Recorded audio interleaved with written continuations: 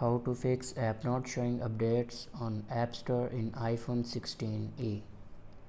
So let's start the video. First of all, open App Store and then search here app.